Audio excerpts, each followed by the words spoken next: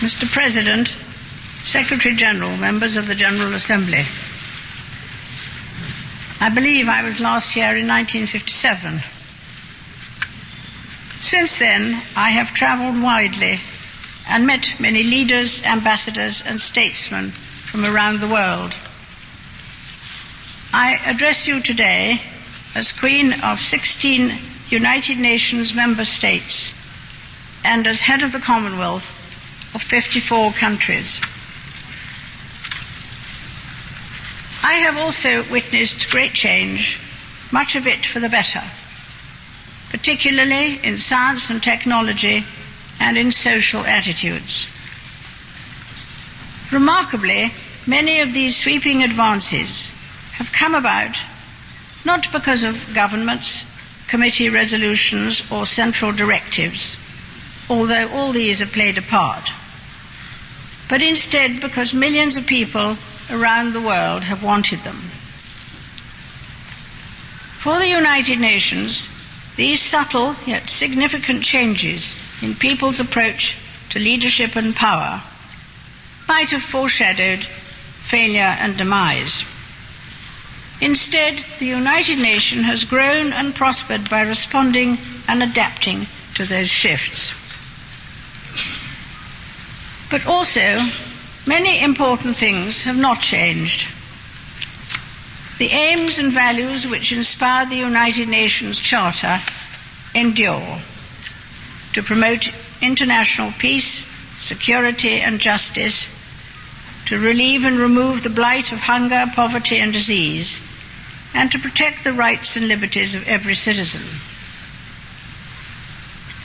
The achievements of the United Nations are remarkable. When I was first here, there were just 3 United Nations operations overseas.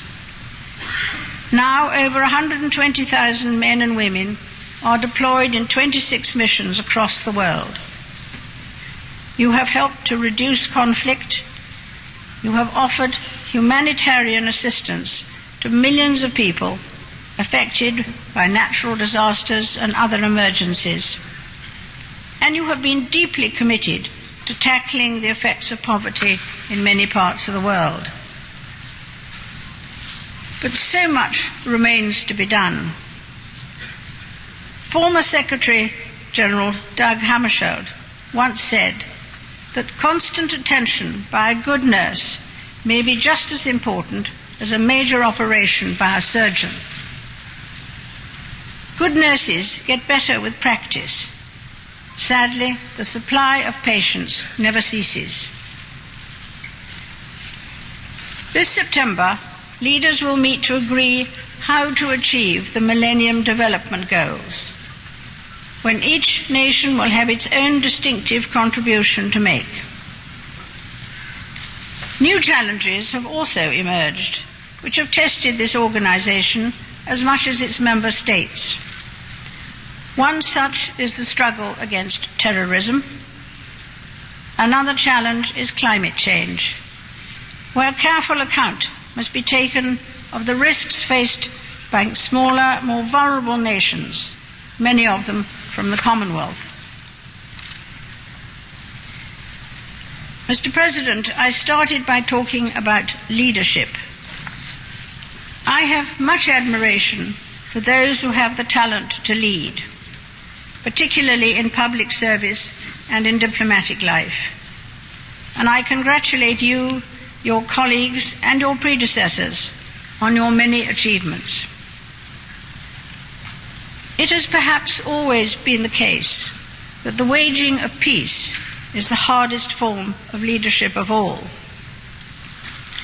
I know of no single formula for success, but over the years, I have observed that some attributes of leadership are universal and are often about finding ways of encouraging people to combine their efforts, their talents, their insights, their enthusiasm and their inspiration to work together.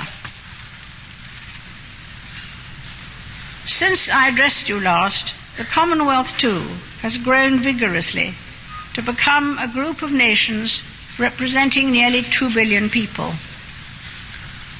It gives its wholehearted support to the significant contributions to the peace and stability of the world made by the United Nations and its agencies. Last November, when I opened the Commonwealth Heads of Government meeting in Trinidad and Tobago, I told the delegates that the Commonwealth had the opportunity to lead. Today, I offer you the same message. For over 6 decades, the United Nations has helped to shape the international response to global dangers. The challenge now is to continue to show this clear and convening leadership while not losing sight of your ongoing work to secure the security, prosperity, and dignity of our fellow human beings. When people in 53 years from now look back on us, they will doubtless view many of our practices as old-fashioned.